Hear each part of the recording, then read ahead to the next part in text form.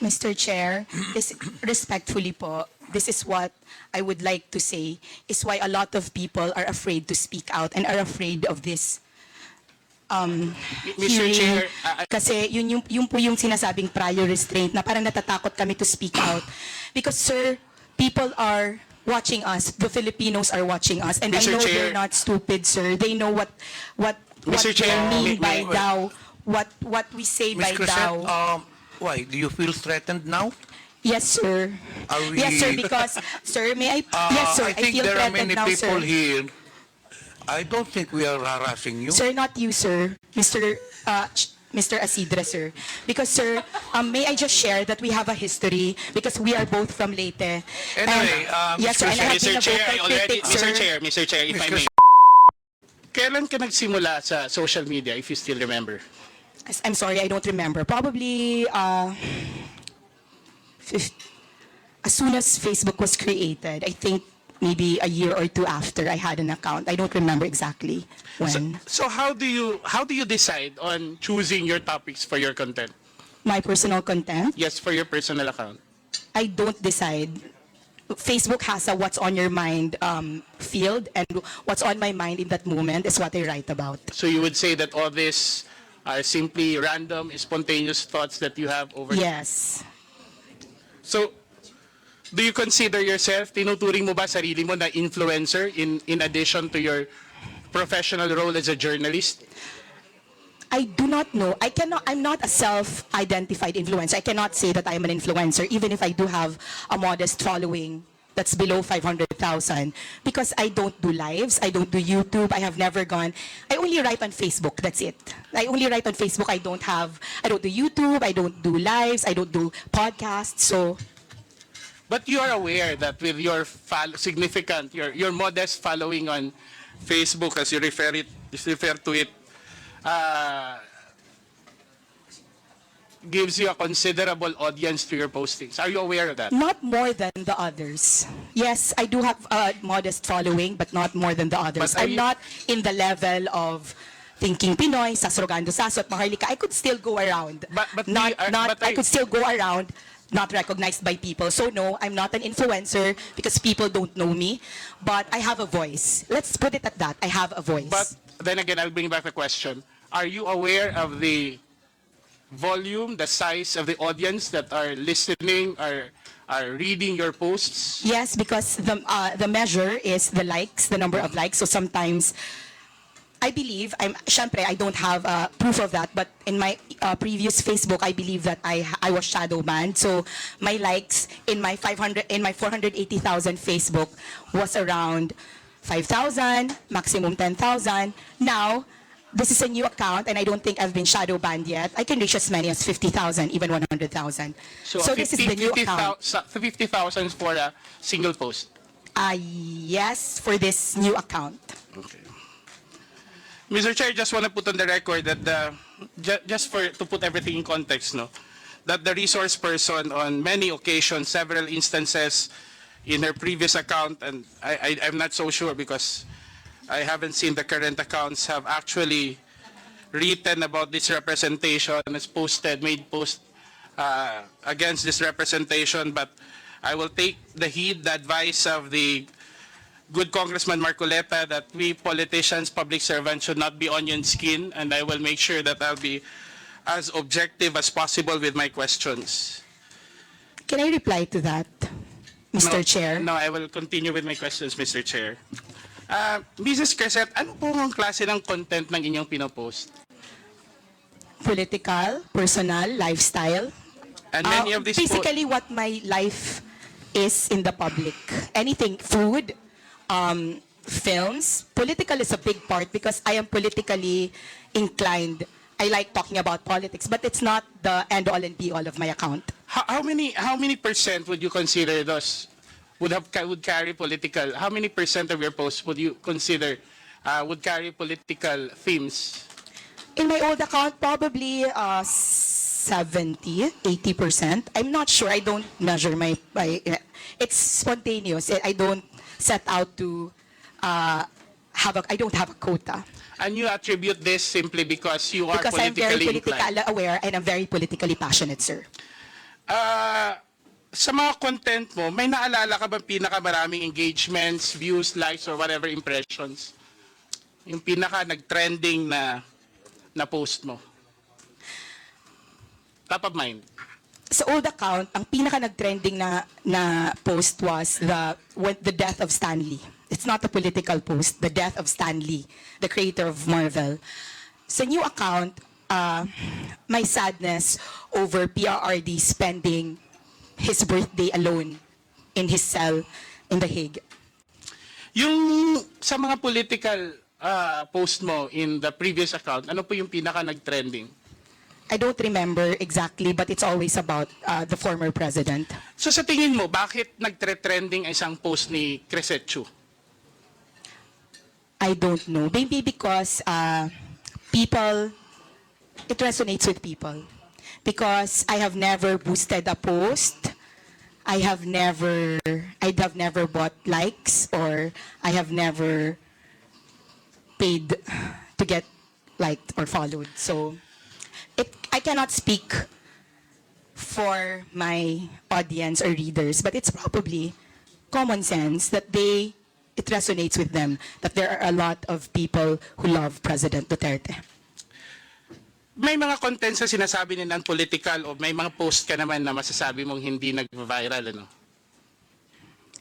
Actually, I don't know what the parameters are for what is considered viral. I don't know. Or let's say, anong klase ng content naman, in your experience, ang hindi nagkaroon ng maraming engagement? May naalala ka ba na... It does not, I do not look at how many likes I get. In your... Right, and whether or not they go viral is not very important to me. I write what I write, whether I have 1 reader or 1,000 readers. But when you post something, do you also engage with your those who make comments? When I have time, I do. When I have time, I do. And when you do that, have you considered ano yung mga dominant demographic ng yung audience na usually mo napapansin? Are these like-minded people? Are these... Mr. Chair?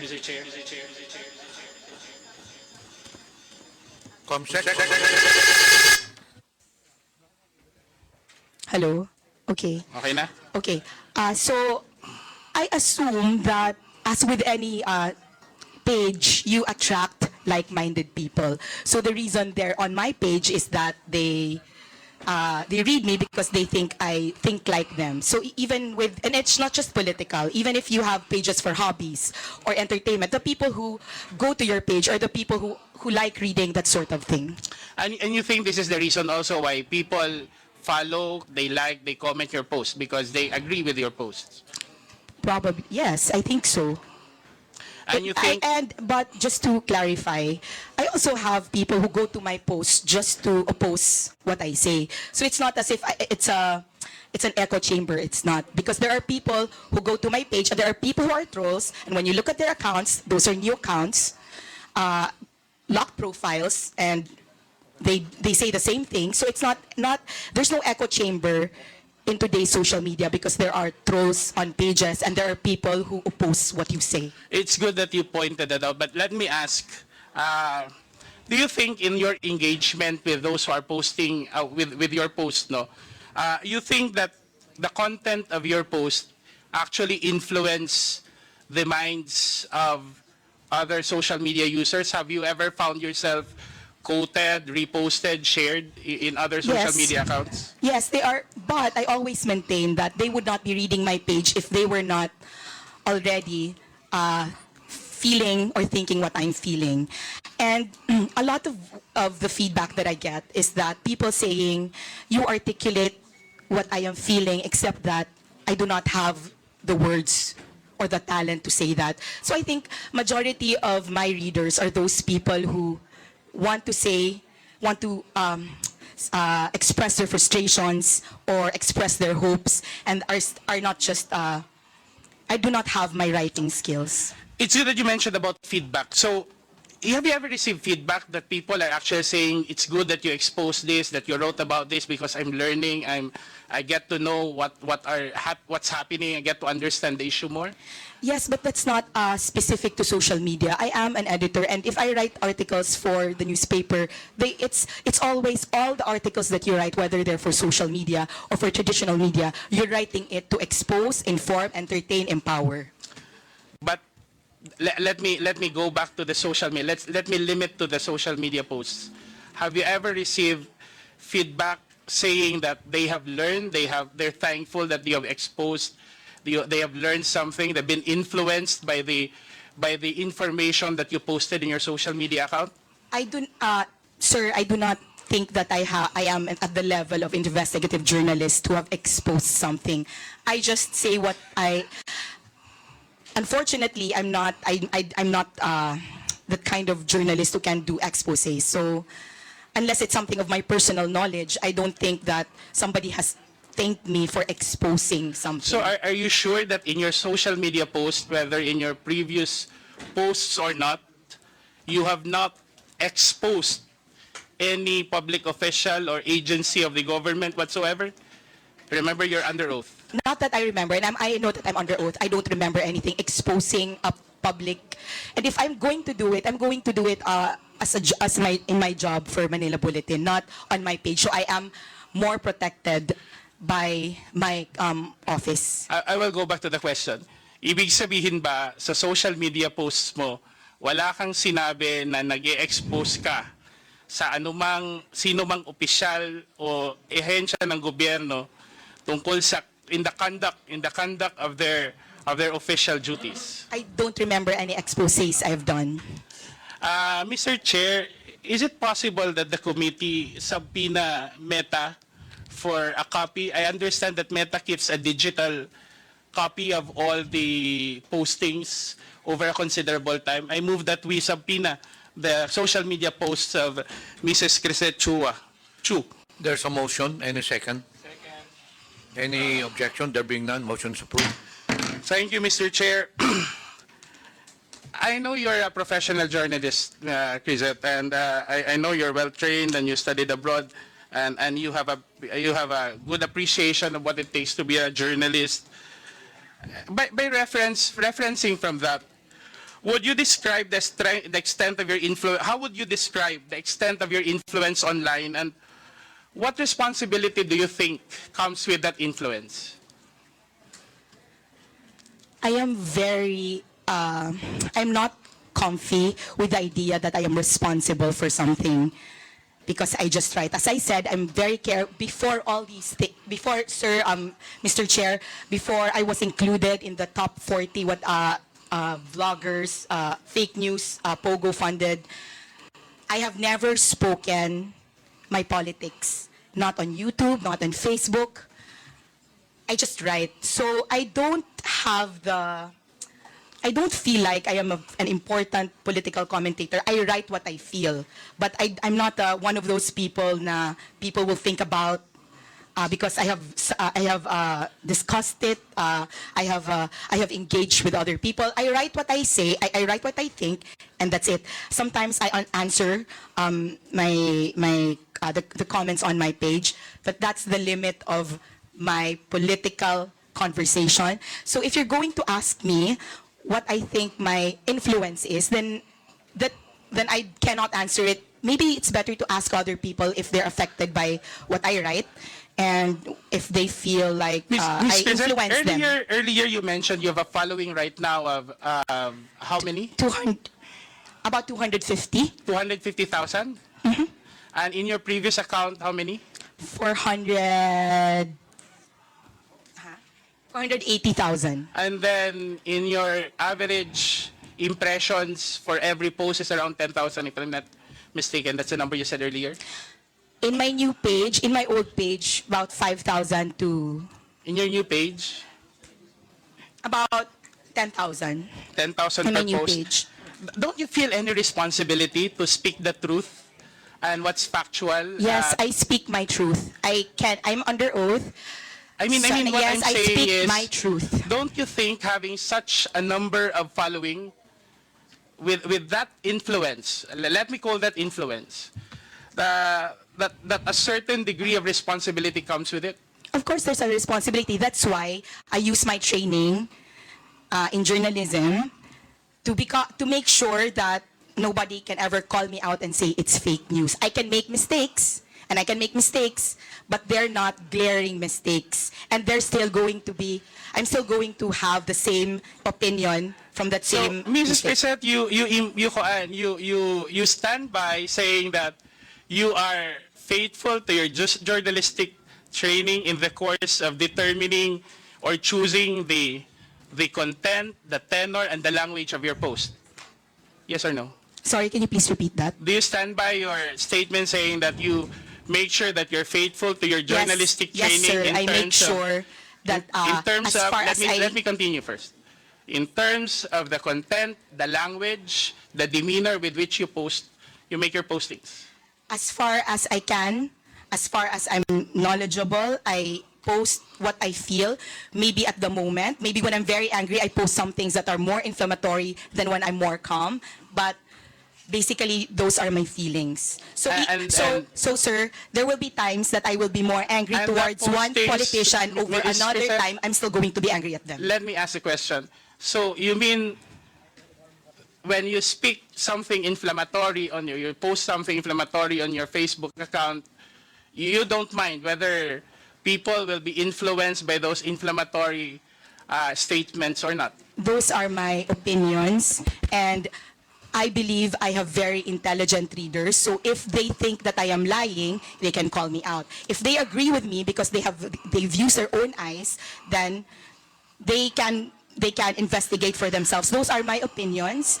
Those are what I feel. If I say I don't like this person, I stand by it. So you don't really mind if people, as a journalist, don't you feel that there's a need for I do not use my Facebook page. I do not identify myself But there. earlier you mentioned that you make sure that you apply your journalistic training. Meaning, I make sure I don't lie. Meaning, I make sure that I do not, even if I am inflammatory, even if I'm angry, it's still not a lie. I'm just more angry in one post than I am in another post. And My degree of feeling changes per post, but the content will not change. If I'm angry at one person, it can be because I'm angry at one person, and the next post I'm still angry at them, but not as much. But So the that reason that changes. I'm angry at them is the same. Okay.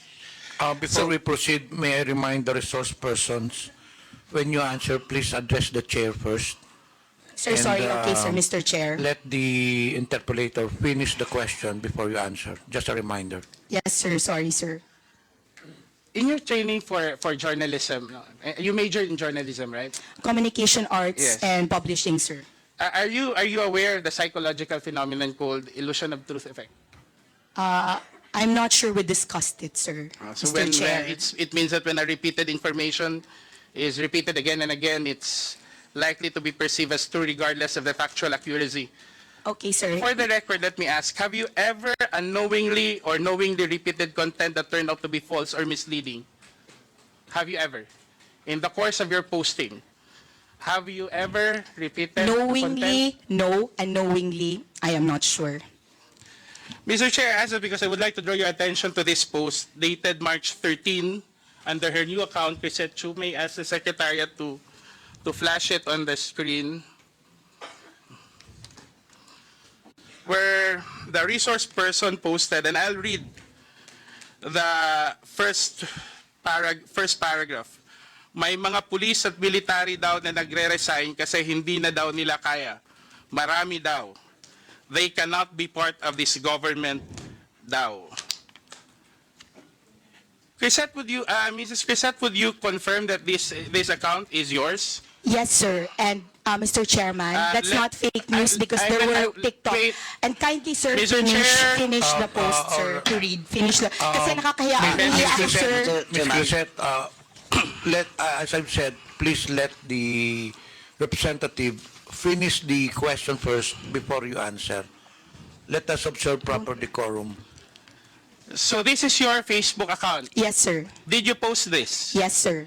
I And post in the this entire first page, first paragraph, you stand by your statement that you said na maraming Let me read it verbatim, na may mga pulis na military daw na magre-resign kasi hindi na daw nila kaya. Marami daw. They cannot be part of this government daw. Tama po ba? Yes, sir. And then Saan kindly mo read. nakuha yung impormasyon na to? Sir, if you go on TikTok, there are policemen. How many policemen? Sir, I'm not counting, but there are many But policemen, you and said that's a marami. general impression, But sir. you said marami. So, Yes, so sir. you just Marami, post sir. it on the basis of a single, Yes, sir. 2 or 3 posts? Yes, sir. I will not count all that, but there's a general impression, sir. And sir, Have if you you read all ever my content, Let me ask the question and I'll give you the chance to answer. Have you ever made an effort to verify this post from official sources? yes, sir, because there were people, there were already policemen, and I am sure our policemen can also say that there were policemen that are on TikTok that are voicing out their, if they have like feelings. So, if you could kindly, sir, read the rest. So, kasi nahihiya po ako kasi may mga police dito. No. I just want to stand by your opinion. The next succeeding paragraphs are the opinion of the resource person. I just want to stick to the factual statements you made. And that's basically saying that maraming police at military daw ang magre-resign kasi hindi na daw nila kaya. Marami daw. They cannot be part of this government. And apparently, the resource person, Mr. Chair, has gotten this information from other social media posts. And on a critical matter such as this, Mr. Chair, she did not make any effort, or unless you're contesting it, any will effort contest to it. verify it from official sources. Mr. Chair, number one, I made sure to put the word "thou" because no policeman has ever come out to me.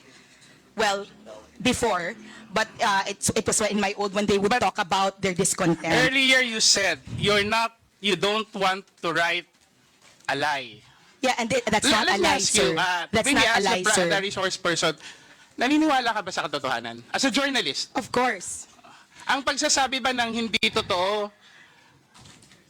hindi pagsasabi ng katotohanan, tama, di ba? Mr. Chair, those are the impressions, not No, only of I'm saying, me. I'm asking you, because I want to test if we have the same idea of what truthful is. Yes, sir. Yes, Ang hindi Mr. pagsasabi Chair. ng totoo ay hindi pagsasabi ng katotohanan, di ba? Yes, Mr. Ang Chair, hindi and I pagsasabi ng maintain. totoo ay kasinungalingan. Tama. Yes, sir, and I maintain Ang I'm speaking the pagsasabi truth. ng half-truth ay pagsasabi din ng kasinungalingan. I am maintaining that I am speaking the truth of the impressions made on social media. Okay. Thank you, sir, I don't Mr. want to Chair. argue with her position, Mr. Chair, but I just want to bring the attention of the committee to a news article showing the official position of the PNP. Can we flash that on? Can we flash that on the screen? Comsec, please flash the content.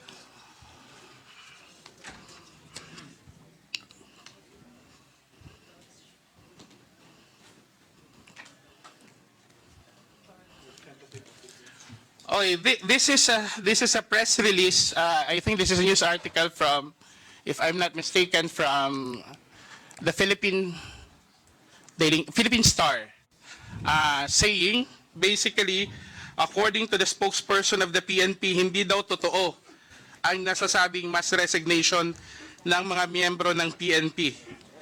Tiyak po ang pagkakasabi na walang isang miyembro ng PNP ang nagbitiw mula sa kanilang posisyon pagkatapos ng pagka-aresto ni President Duterte.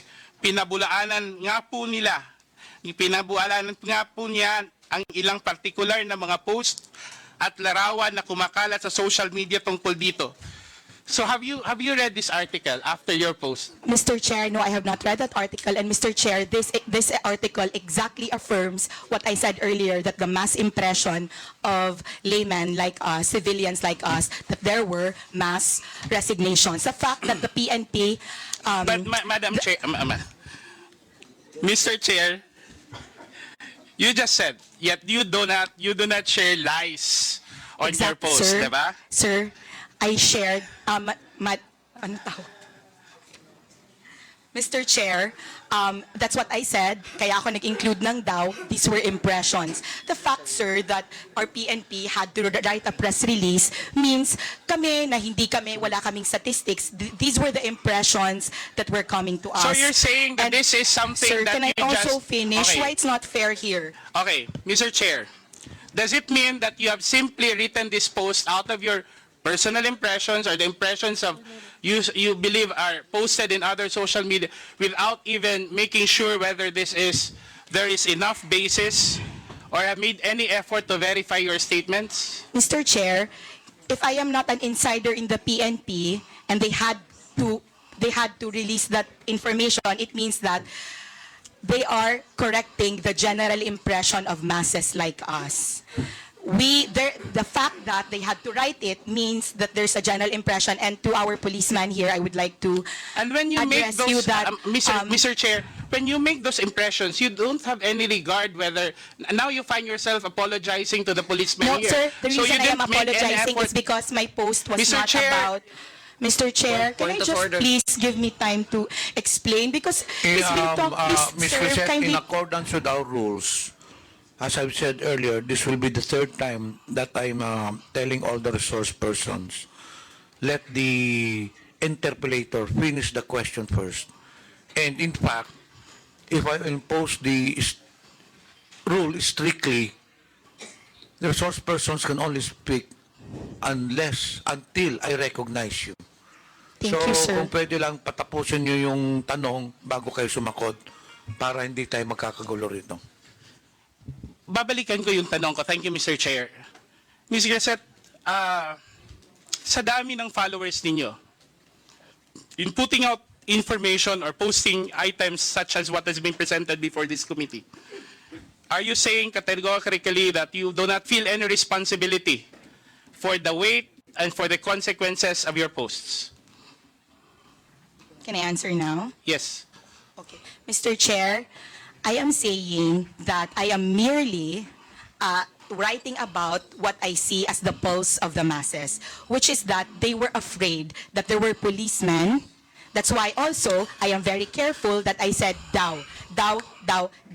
And to our honorable policeman, I'm not apologizing because I wrote that. I'm apologizing because you don't know the context of what I wrote. And what I wrote was, please don't resign. Because if you really want to make a difference in our country, you can best do it from the inside. It was not a condemnation of people who were resigning, but a reminder that if you're given a rare opportunity to change something that you do not like, do I it think, Mr. from the Chair, inside. no, I think, Mr. Chair, the resource person is not answering the question because we want to focus solely on those first two statements, which I think carries a significant weight.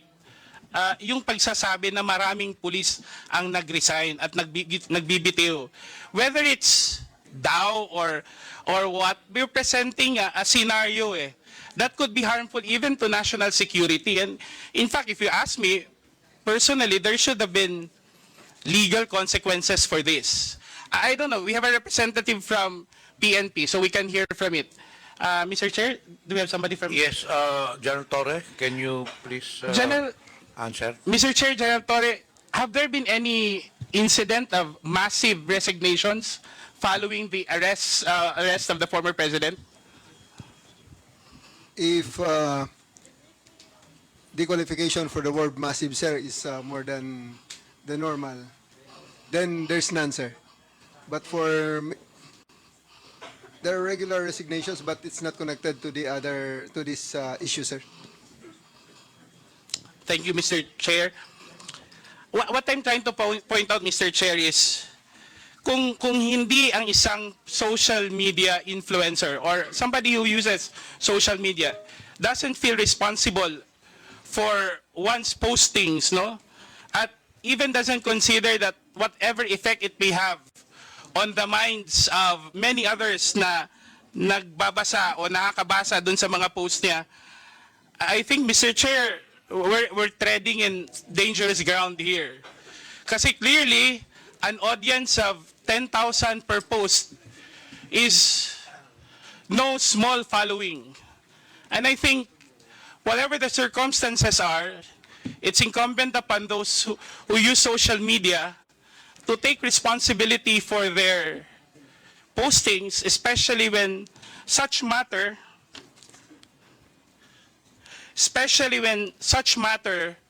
actually affect national security and affect our society as a whole. And I think in this case, this is something that we should carefully consider, especially that the resource person, Mr. Chair, in many of her posts, have actually made accusations, criticism, or exposés about public officials, about public offices and agencies. And I think we have to draw the line whether the canons of journalism, especially that Mrs. Krizette Chu is a journalist by profession, that there should be a clear demarcation between personal posts, especially what should determine, I think, Mr. Chair, should be the content of the post rather than who the one writing is.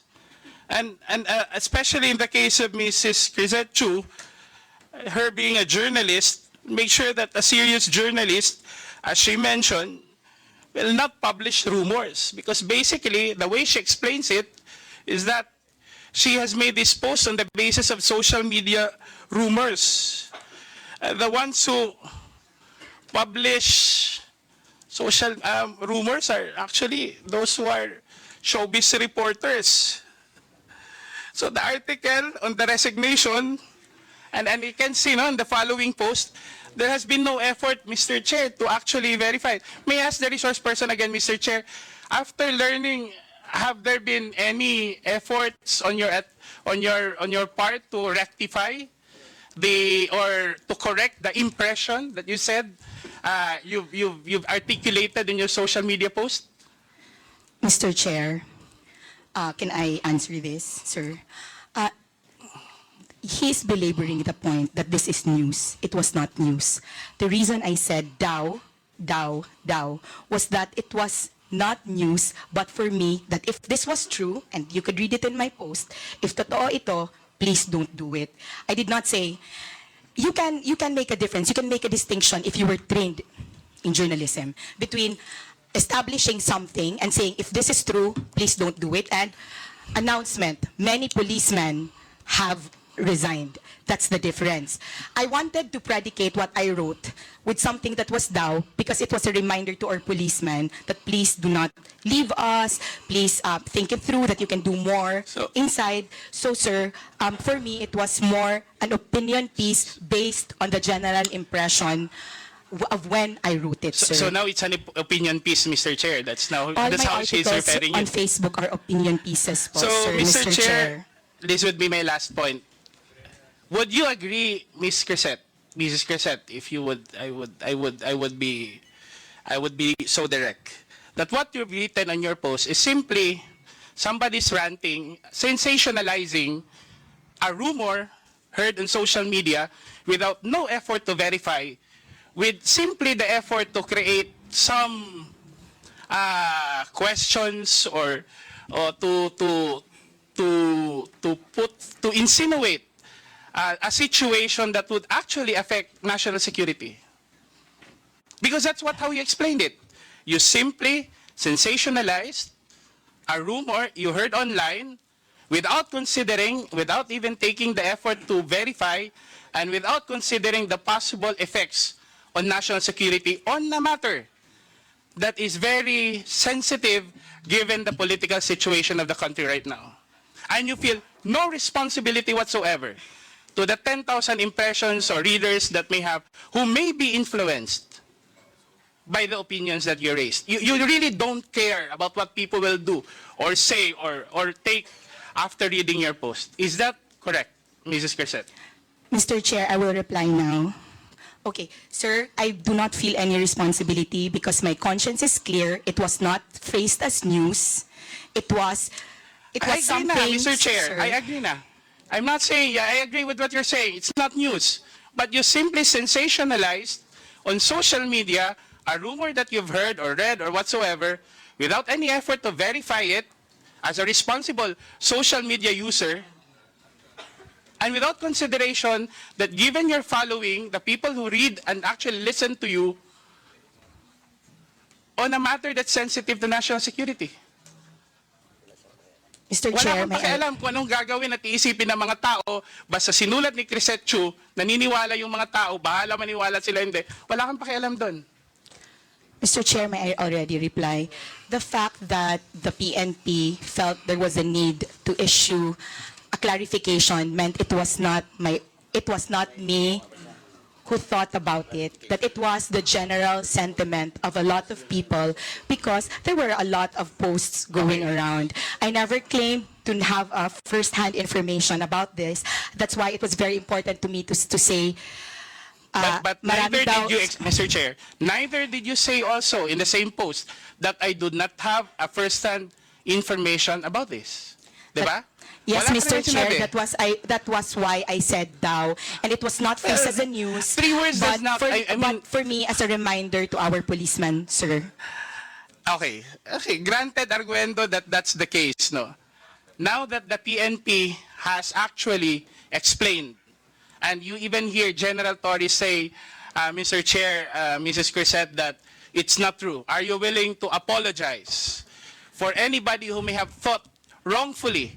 If you say, you claim is not your attention, are you willing to apologize to those who may have thought or have taken your statement as truthful and factual?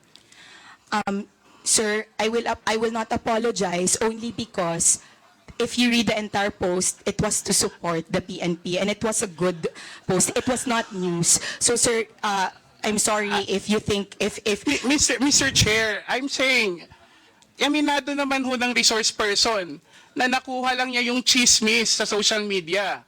'Di ba? Tapos ginawa niya ng buong kwento na yung mga police, this and that.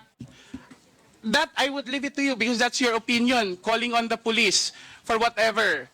But I'm asking you now the police itself, the police organization, officially, and General Torre has now confirmed that, saying that there has been no mass resignation. Are you willing to rectify? Because many would have read your statement and read it without the doubts. Maybe some people actually, we have more than 30 clippings of your post, and people in their comments actually take in your statements as truthful. Now you're presented with an example that your statement has been debunked officially by the police and General Torre, who's here with us. Are you still not willing to correct yourself officially? Sir, Mr. Chairman, in my training for journalism, the DAO is you very know, important, sir. Mr. Chair, And the also, problem sir, with our resource to our person police, she sir, claims to be a journalist whenever it's convenient, and a private person whenever it's convenient. And if you go back to my my manifestation earlier, Mr. Chair, that's actually the problem that we have today. You have people who are able to amplify issues without being bound by the canons of journalism. Diba? Subukan kayo ng komentaristang sabihin yan on air, on radio, kung hindi yan matanggal yung license niya sa KBP. And our social media influence, well, not everyone, but those who are able to peddle on sensationalized news or rumors on the basis of mere rumors, no? I'm not bound by any accountability. Don't even, as the resource person has said, Mr. Chair, doesn't even feel responsible for the consequences of her statements. And I think we're treading on dangerous grounds here. Because, as I said earlier, something that you repeat over and over again, for someone who has a following of 10,000 per impressions per post, 100,000, following 500,000 in her previous account and 200,000 in this current account, that's something that should be considered. Where do we draw the line between one statement and the accountability that he or she must bear for her readers? If this was a matter, Mr. Chair, and I'd like to wind up now, that affects my person, I wouldn't really mind, because I think being criticized openly comes with the job that we have. It comes with being elected to public office. But when it is a matter of national security, when it is a time when the country should be protected rather than weakened by all this misinformation and disinformation, I think we need to draw the line. I think that's all for my question, Mr. Chair. Thank you very much. Mr. Chair, respectfully po, this is what I would like to say, is why a lot of people are afraid to speak out and are afraid of this Mr. hearing. Chair, Kasi yun po yung sinasabing prior restraint na parang natatakot kami to speak out. Because, sir, people are watching us. The Filipinos are watching us. And I Mr. know Chair. they're not stupid, sir. They know what Mr. they Chair, mean by wait. thou, what we say Ms. by thou. Krizette, why? Do you feel threatened now? Yes, sir. Are we- Yes, sir, because, sir, may I, yes, sir, I think feel there are threatened many now, people sir. here. I don't think we are harassing you. Sir, not you, sir. Mr. Acidre, sir. Because, sir, may I just share that we have a history because we are both from Leyte.